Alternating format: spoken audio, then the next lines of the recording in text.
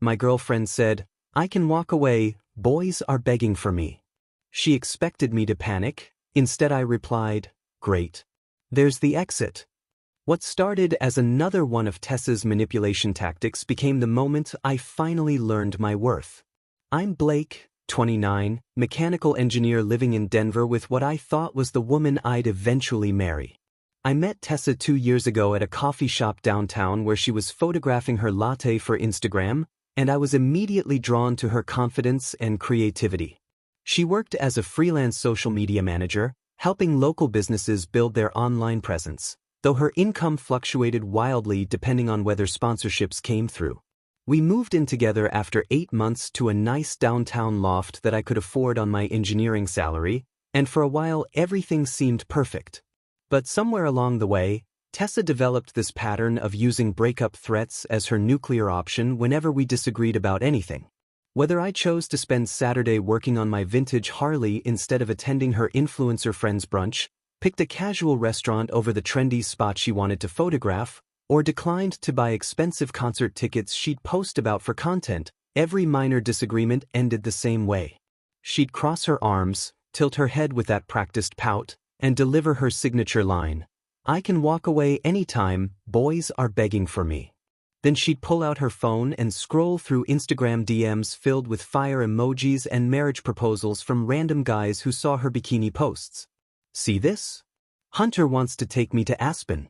Preston's offering dinner at that new steakhouse. Kai says he'd treat me like a queen." The routine was always identical. Show me the messages, wait for me to panic, then graciously allow me to apologize and promise to be more attentive. For 2 years, it worked perfectly. I'd feel that familiar knot in my stomach, imagine losing her, and cave immediately. "You're right, babe. Let me cancel my plans." The thing is, I was covering almost all our shared expenses. The $2,800 monthly rent on our loft, utilities averaging $200, groceries that somehow cost $600 monthly because she only bought organic everything, plus her business equipment when her MacBook needed replacing or she wanted a better camera. She contributed sporadically when influencer sponsorships came through, maybe $800 here, $1,200 there, but treated it like generous gifts rather than her share of adult responsibilities. I didn't mind supporting her dreams, but using my financial dependency on me as leverage to manipulate my behavior was starting to wear thin. Every argument followed the same script. Tessa would escalate to threats, I'd back down to avoid losing her, and she'd get exactly what she wanted while I felt smaller and more controlled. I was walking on eggshells in my own home, constantly calculating whether my choices would trigger another round of "boys are begging for me." But something was shifting inside me, a quiet resentment building every time she weaponized other men's attention against my commitment. The worst part wasn't even the threats themselves, it was how casual they'd become. Tessa would drop "I can walk away" into conversations about what to watch on Netflix or whether we should order pizza or cook dinner. Every preference became a potential relationship crisis because she'd learned that threatening to leave was more effective than actual communication. "Blake, you never want to do anything fun anymore. Maybe Preston would appreciate going to that art gallery opening." She'd say this while I was literally planning a weekend trip she'd been wanting to take, but because I suggested we save money by camping instead of staying at the resort, suddenly I was the boring boyfriend who didn't deserve her.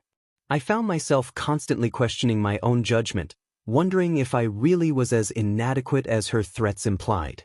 Was I too focused on my work? Too practical with money?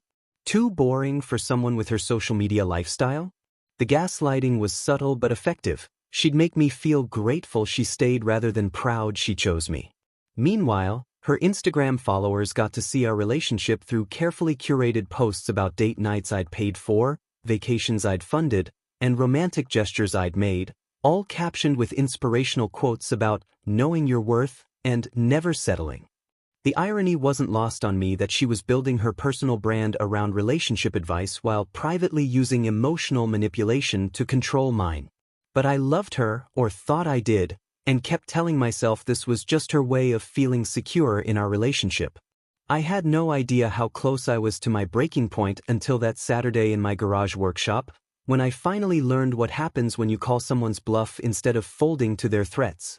The breaking point came on a Saturday morning when I was finally tackling the engine rebuild on my 1987 Harley Sportster that had been sitting in our building's garage workshop for months. I'd cleared my entire weekend for this project, ordered all the gaskets, had the cylinders machined, even watched YouTube tutorials to make sure I didn't mess up the timing. This wasn't just maintenance, it was therapy, the kind of focused work that cleared my head and reminded me why I became an engineer in the first place. I was 3 hours deep into the teardown, engine parts carefully organized on my workbench, when Tessa stormed into the garage wearing a designer outfit that probably cost more than my motorcycle. "Blake, what the hell? I've been texting you for an hour. We need to leave for Madison's rooftop photo shoot right now." I looked up from the cylinder head I was removing, genuinely confused. "Photo shoot? You never mentioned anything about that. I told you yesterday when you were on your laptop. God, you never listen.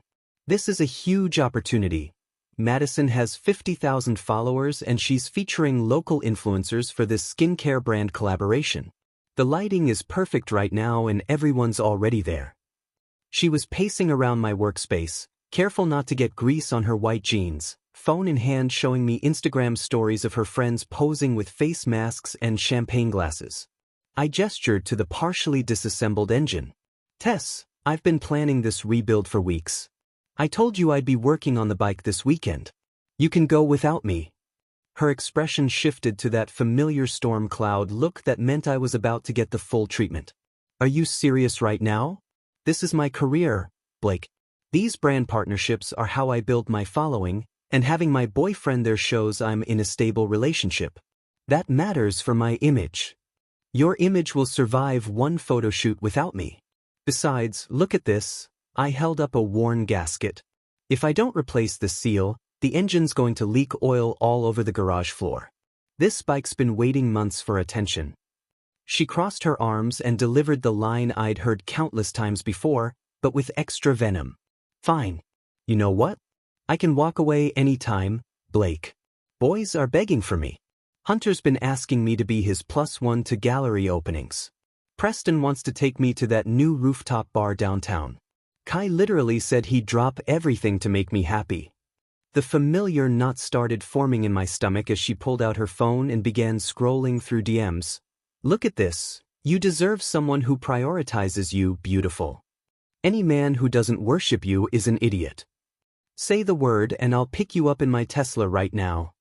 For 2 years, this moment was where I'd panic. Where I'd imagine losing her, picture her with one of these guys, and immediately cave.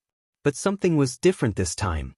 Maybe it was the engine oil on my hands grounding me in reality, or the satisfaction of actually working on something tangible instead of navigating another emotional minefield, but I felt this strange calm settle over me. I looked up from my tools, made direct eye contact, and said the words that changed everything. "Great. There's the exit." I pointed toward the garage door with a wrench, then went back to carefully removing the next bolt. The silence was deafening.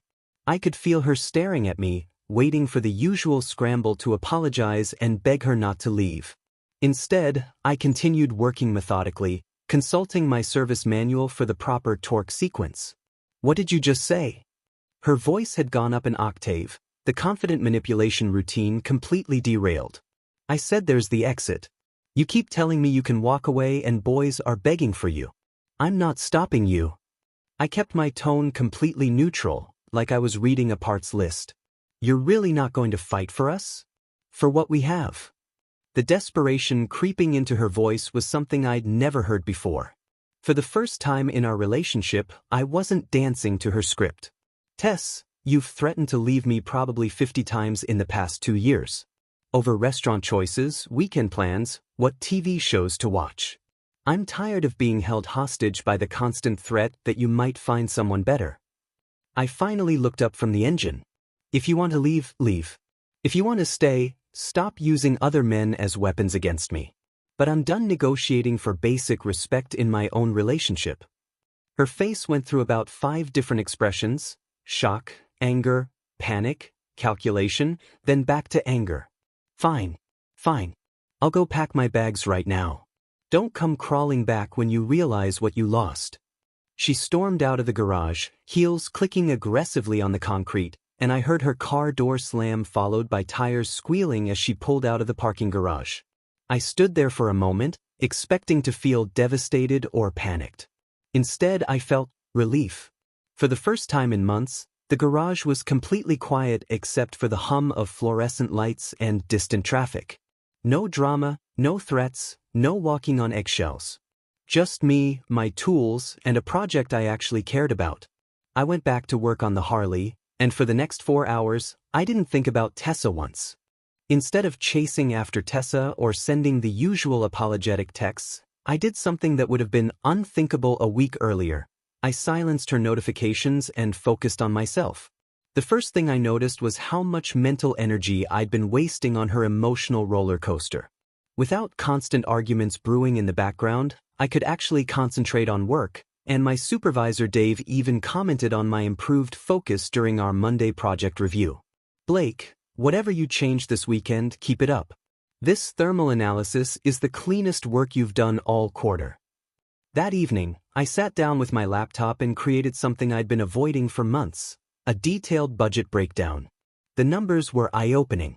Our shared expenses totaled $4,200 monthly, $2,800 rent, $200 utilities, $600 groceries, $300 for her business subscriptions and equipment maintenance, plus random costs like her gym membership and the premium streaming services she insisted we needed for her content research.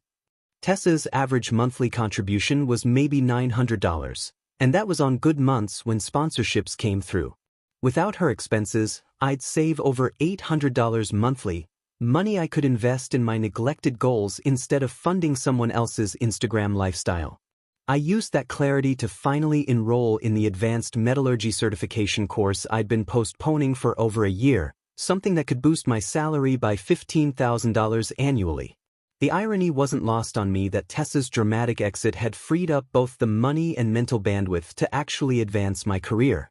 By Wednesday, I was sleeping better than I had in months. No more lying awake wondering if I'd said something wrong or calculating how to avoid triggering another breakup threat. I started using my lunch breaks to reconnect with my workshop buddy Ryan, who'd been asking me for months to partner with him on custom motorcycle builds. "Dude, where have you been?" Ryan asked when I finally returned his calls. "I've got 3 clients wanting full restorations and I can't handle the workload alone. There's serious money in this if we do it right." We spent 2 hours discussing the business potential. Vintage bike restoration was booming in Denver, with wealthy collectors paying $5,000 to $15,000 for quality work. Ryan had the paint booth and fabrication skills. I had the mechanical expertise and attention to detail.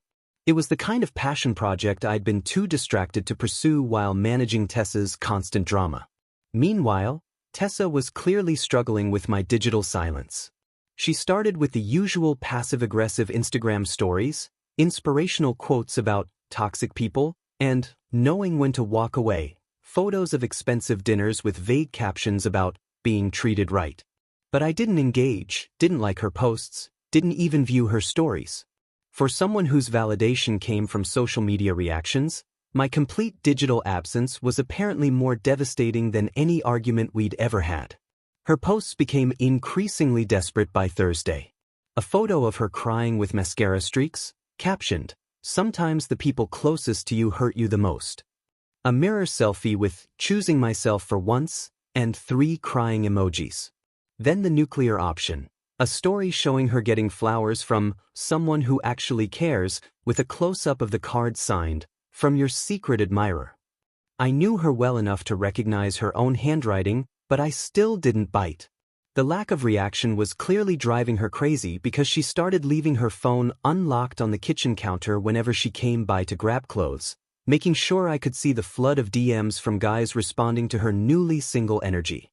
Messages from Hunter, Preston, Kai, and a dozen others offering dates, gifts, and validation. She'd positioned the phone so I couldn't miss seeing conversations about expensive dinners and weekend getaways. 2 months ago, those messages would have sent me into a jealous spiral. Now I just walked past and made coffee, completely unbothered by her attempts to manufacture jealousy. The transformation in my daily routine was remarkable. I started each morning with a workout instead of scrolling through her social media looking for clues about her mood. My evenings were spent on productive projects, the metallurgy coursework, research for the motorcycle business, or simply reading books I'd been meaning to finish for years. Without the constant background stress of managing Tessa's emotions, I had energy for things that actually mattered to my future. By Friday, exactly 1 week after our garage confrontation, I felt like a completely different person. Calmer, more focused, genuinely excited about my projects instead of just trying to avoid the next emotional crisis. I was starting to realize that what I'd mistaken for love might have actually been addiction to the chaos, mistaking intensity for connection. The person I was becoming without Tessa's manipulation was someone I actually liked, and that realization scared me more than any of her breakup threats ever had. When my silence stretched into the second week, Tessa escalated to full psychological warfare mode. Her Instagram transformed into a highlight reel of expensive dates and luxury experiences, each post carefully designed to trigger maximum jealousy. Photos from Ruth's Chris Steakhouse with a mysterious male hand visible across the table, captioned, "Finally being treated like the queen I am." Concert tickets to sold-out shows with, "When someone actually listens to your music taste," and heart emojis. The most obvious attempt was a picture from inside what looked like a Tesla Model S with, "Some men know how to make a woman feel special," and a tagged location at the city's most expensive shopping district. She was working overtime to prove that walking away from me was the best decision she'd ever made, but the desperation behind each post was painfully obvious to anyone paying attention. The comments from her followers were telling, lots of fire emojis from thirsty guys, but her actual friends were conspicuously silent. Meanwhile, I was channeling my newfound focus into something that actually mattered. Ryan and I officially launched our motorcycle restoration business that Wednesday, starting with a 1962 Indian Scout that belonged to a collector in Cherry Hills. The owner, Mr. Davidson, was paying us $3,500 to completely rebuild the engine, restore the original paint scheme, and upgrade the electrical system while maintaining period authenticity. It was exactly the kind of challenging, detail-oriented work that reminded me why I loved engineering in the first place. "Your attention to detail is impressive," Mr. Davidson said when we showed him our restoration plan. "Most shops want to rush through projects like this, but you clearly understand the craftsmanship these bikes deserve." The confidence boost was incredible. After months of feeling inadequate because I couldn't match Tessa's expensive lifestyle expectations, I was finally doing work that people valued and respected. Ryan and I were already discussing our next 3 projects, including a 1974 Norton Commando that could net us $4,200 in profit. But Tessa wasn't finished with her performance. Thursday evening, she showed up at the apartment with a guy she introduced as Preston, tall, wearing an expensive suit, driving a BMW that he'd parked directly in front of the building where I couldn't miss it. "I just need to grab a few more things," she announced loudly enough for the neighbors to hear, making sure I understood this wasn't a solo visit. She spent 20 minutes collecting items she'd clearly already moved out, dragging Preston through the apartment while pointing out furniture and decorations like she was giving a tour. I was in the garage working on the Indian Scout's carburetor when they appeared in the doorway. "This is where Blake spends all his time," she said with obvious disdain. "Just tinkering with old junk instead of enjoying life." Preston looked genuinely interested in the motorcycle. "Indian Scout, right? 1962? These are incredible machines. What kind of work are you doing on it?" I explained the restoration process while continuing to work, completely unbothered by the obvious attempt at manipulation. Preston asked intelligent questions about the engine modifications and seemed genuinely impressed by the quality of our work. Tessa's face grew increasingly irritated as her date showed more interest in my old junk than in her drama performance. "Preston, we should really get going. Our dinner reservation is in 30 minutes. But Preston was examining the bike's frame with genuine appreciation. "You know, I've been looking for someone who could restore my grandfather's 1969 Triumph. Would you guys be interested in taking on another project?" Ryan and I exchanged glances. Another potential client, and a high-value one based on Preston's obvious wealth. "Absolutely. Here's our card." As they left, I heard Tessa trying to explain why Preston shouldn't waste money on Blake's little hobby business. But he was already programming our number into his phone. The irony was perfect. Her attempt to make me jealous had actually brought us a new customer. That weekend, her social media posts took on an increasingly frantic quality. Multiple stories per day featuring different guys, expensive restaurants, designer shopping bags, and captions about living my best life and upgrade complete. But I noticed the comments were drying up even from her usual validation sources. Her followers were probably getting exhausted by the obvious performance, and her friends were likely getting tired of hearing about her dramatic love life. Meanwhile, I was having the best week I'd had in months. The Indian Scout project was ahead of schedule, the metallurgy course was fascinating, and I'd saved enough money in 2 weeks to make a substantial investment in better tools for the business. Without Tessa's constant financial drain, I could finally see a clear path toward real financial security and professional satisfaction. The transformation was remarkable. I went from feeling like I was constantly failing to meet impossible standards to genuinely excited about my future. And the best part was that it had nothing to do with proving anything to her and everything to do with finally investing in myself. The situation reached peak awkwardness when Tessa dragged me to her parents' 25th anniversary dinner 3 weeks later, clearly planning to use the family gathering as a stage for demonstrating our perfect relationship to her Instagram followers. She'd been posting cryptic stories about family values and real commitment all week, building up to what I assumed would be a carefully curated social media performance. Her parents, Linda and Robert, had always been kind to me, but I could tell something was off from the moment we arrived at their suburban home.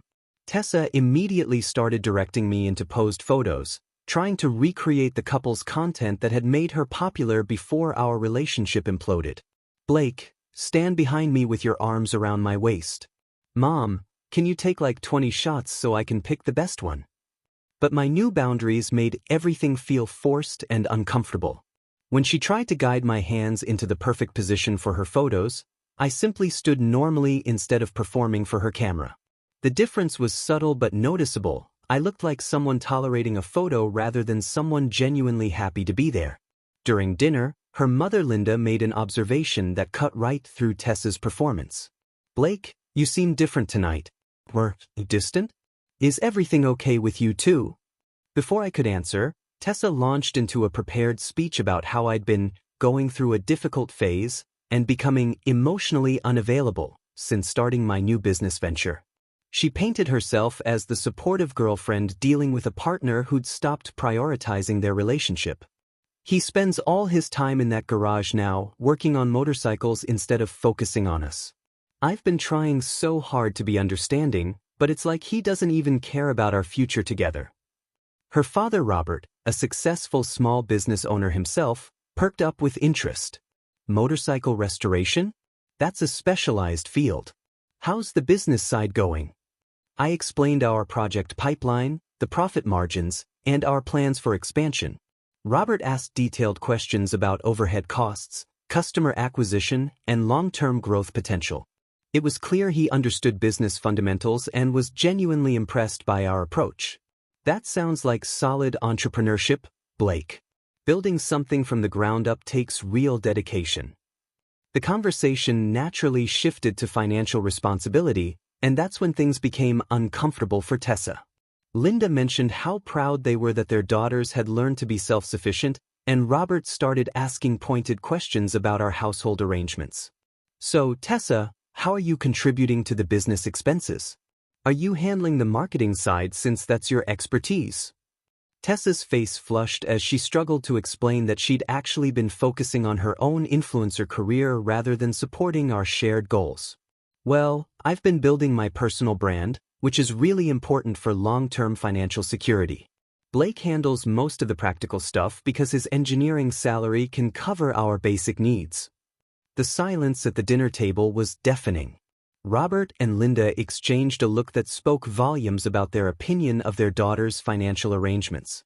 Her younger sister Emma, who was visiting from college, chose that moment to drop a bombshell that Tessa hadn't expected. Wait, aren't you dating other people now? I saw your Instagram posts from last week. Dinner with like 3 different guys. Those looked like dates, not business meetings. Emma held up her phone showing one of Tessa's more obvious attempts at making me jealous. This guy Preston took you to that expensive steakhouse, right? And what about Hunter and Kai? Mom, have you seen Tessa's Instagram lately? Linda grabbed Emma's phone and started scrolling through Tessa's recent posts with growing confusion and concern. The expensive dinners, the luxury car photos, the cryptic captions about knowing your worth and upgrade complete, it all painted a very different picture than the committed relationship Tessa was trying to present at family dinner. Tessa Marie, what exactly is going on here? Her mother demanded, using the full name tone that meant serious trouble. These posts make it look like you're single and dating multiple men. But you brought Blake here as your boyfriend. I'm very confused about what your actual relationship status is. Tessa tried to explain that the posts were just content creation and networking, but her parents weren't buying it. Robert asked directly whether we were together or broken up, and why she was posting photos with other men if we were supposedly working through relationship problems. The evening devolved from there, with Tessa becoming increasingly defensive while her family realized that her social media persona was either completely fake or indicative of some serious relationship dysfunction. I sat quietly through most of it, occasionally answering direct questions honestly but letting Tessa dig her own hole with increasingly implausible explanations. By dessert, it was clear that her manipulation tactics didn't work when there was an audience of people who actually knew her well enough to see through the performance. Her parents were disappointed, Emma was openly confused about her sister's behavior, and Tessa was furious that her carefully planned family validation had backfired completely.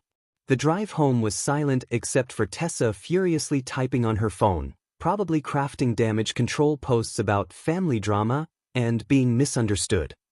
But the real damage was to her credibility. The people whose opinions actually mattered had seen her true character, and no amount of Instagram stories could undo that reality check. After the family dinner disaster, Tessa went completely nuclear.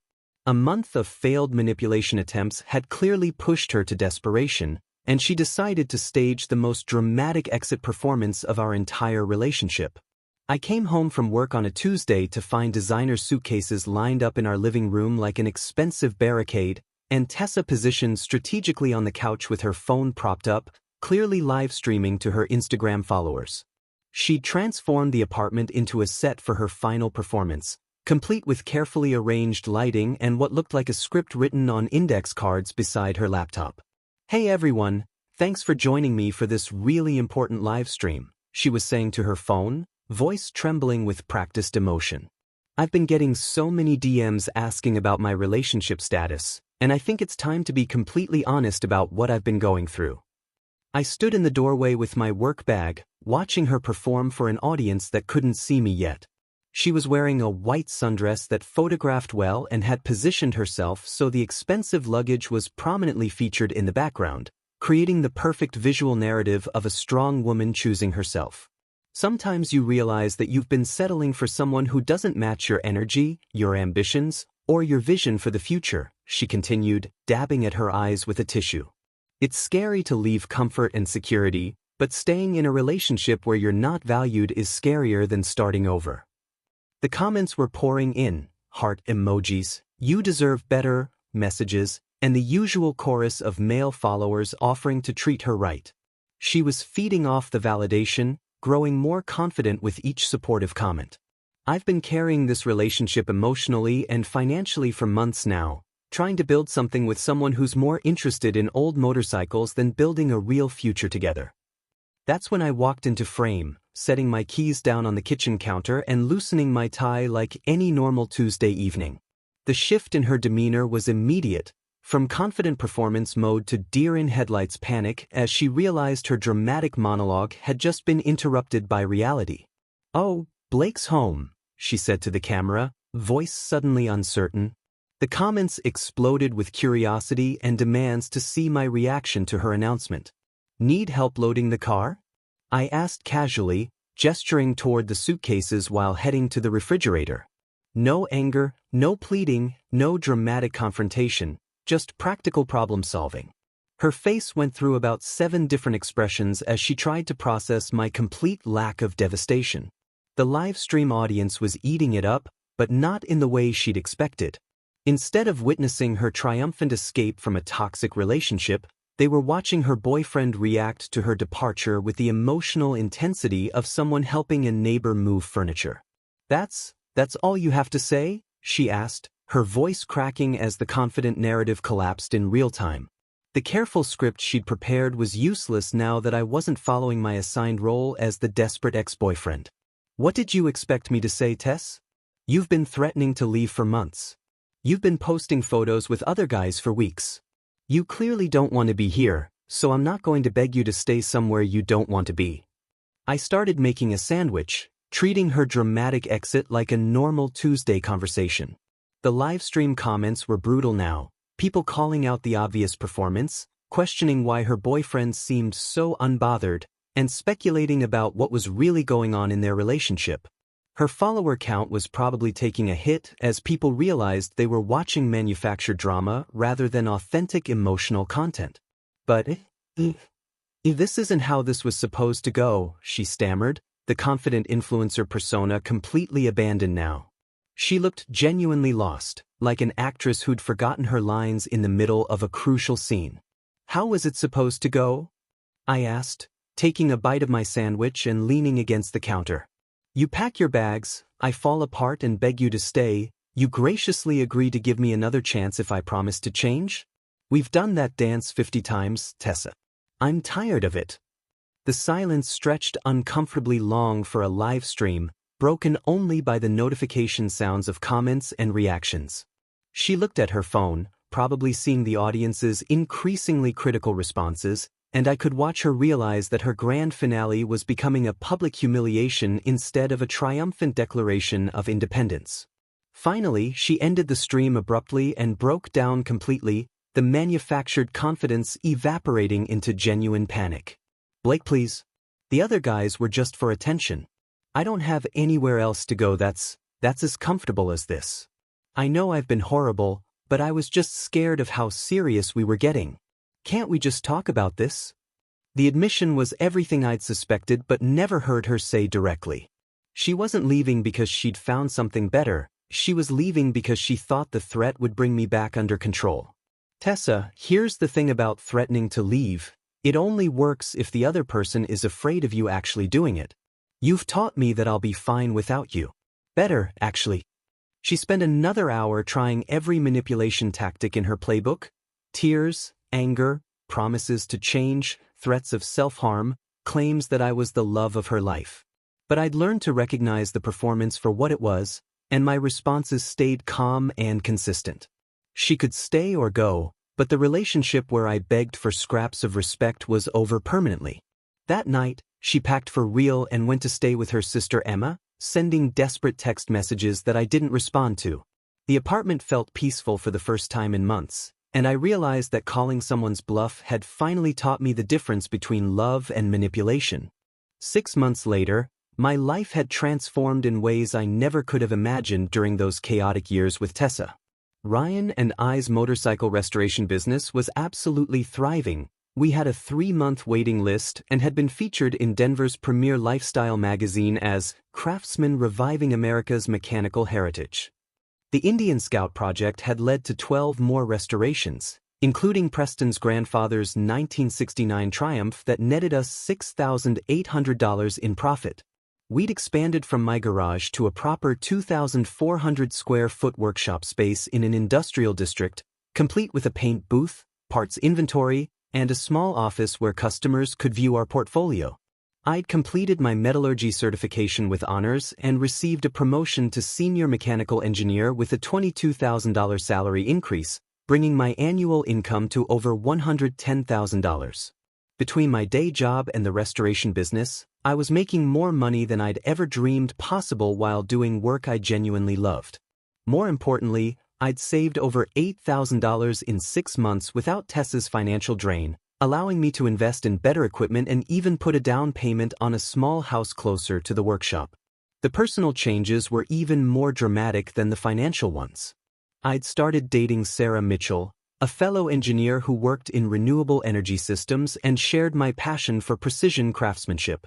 She was brilliant, financially independent, and had her own vintage Honda CB750 that she'd restored herself, the kind of woman who appreciated technical expertise and understood the satisfaction of building something with your own hands. We'd met at a motorcycle show where Ryan and I were displaying our award-winning Indian Scout restoration, and our first conversation lasted 3 hours as we discussed engineering principles, vintage bike history, and our mutual love of solving complex mechanical problems.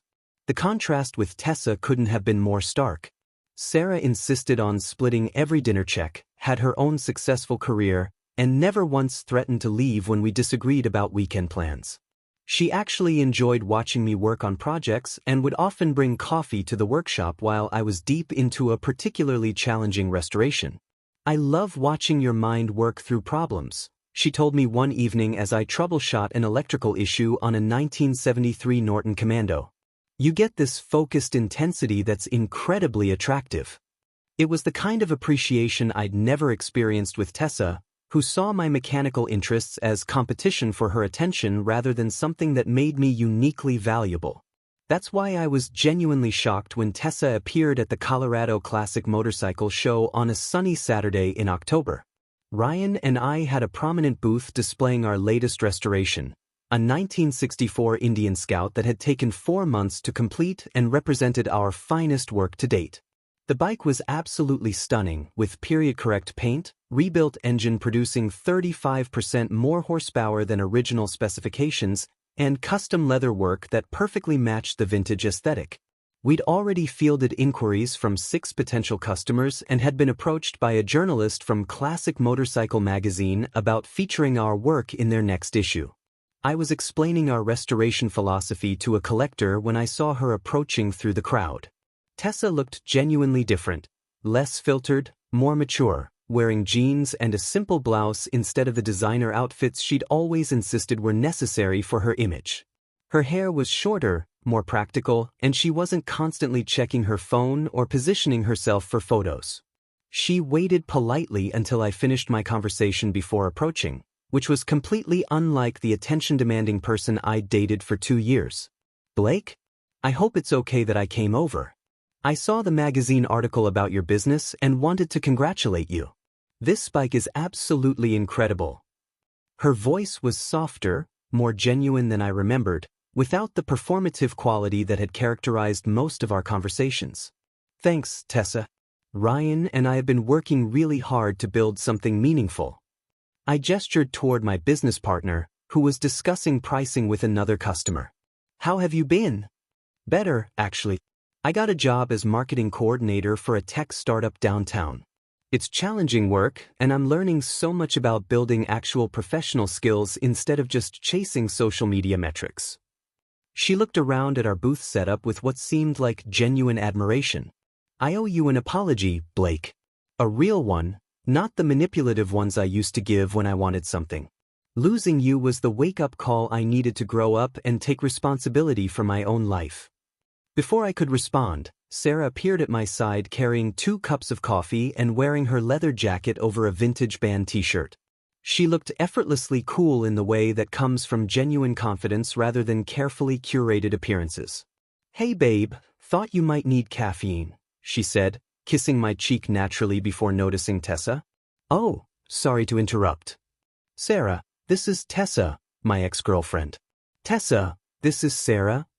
The introduction felt surprisingly comfortable, without the awkward tension I'd expected. Sarah extended her hand with a warm smile. "Nice to meet you, Tessa. Blake mentioned you two had some good times before things ended." "All the good times were because of him," Tessa replied, shaking Sarah's hand with obvious sincerity. "I was too immature to appreciate what I had. You're lucky to have found him." They chatted briefly about the motorcycle show and restoration work, and I watched Tessa's face as Sarah described her own engineering background and her vintage Honda project. There was no jealousy or competitiveness, just genuine respect for someone who clearly shared my interests and values. "I should let you get back to your customers," Tessa said finally. "Blake, I'm genuinely happy for you. You deserve someone who appreciates all the things that make you special. I'm sorry it took me so long to understand that." As she walked away, Sarah squeezed my hand. She seems like she's learned a lot. That must feel good, knowing she finally understands what she lost. I watched Tessa disappear into the crowd, no longer the manipulative, entitled person who'd used breakup threats as weapons, but someone who'd clearly done real work on herself. Yeah, it does feel good. But honestly, I'm just grateful she helped me learn what I actually deserve. That evening, Sarah and I celebrated landing 3 new restoration contracts by cooking dinner together at my house, working side by side in comfortable silence punctuated by easy conversation about our respective days.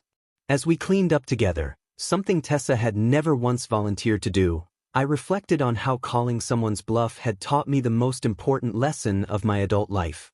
The right person doesn't use love as leverage or threaten to leave when things get difficult. They stay and work through problems together, building something stronger than either could create alone. Sometimes the best response to, "I can walk away," is simply holding the door open and discovering that the person worth keeping would never use that threat in the first place.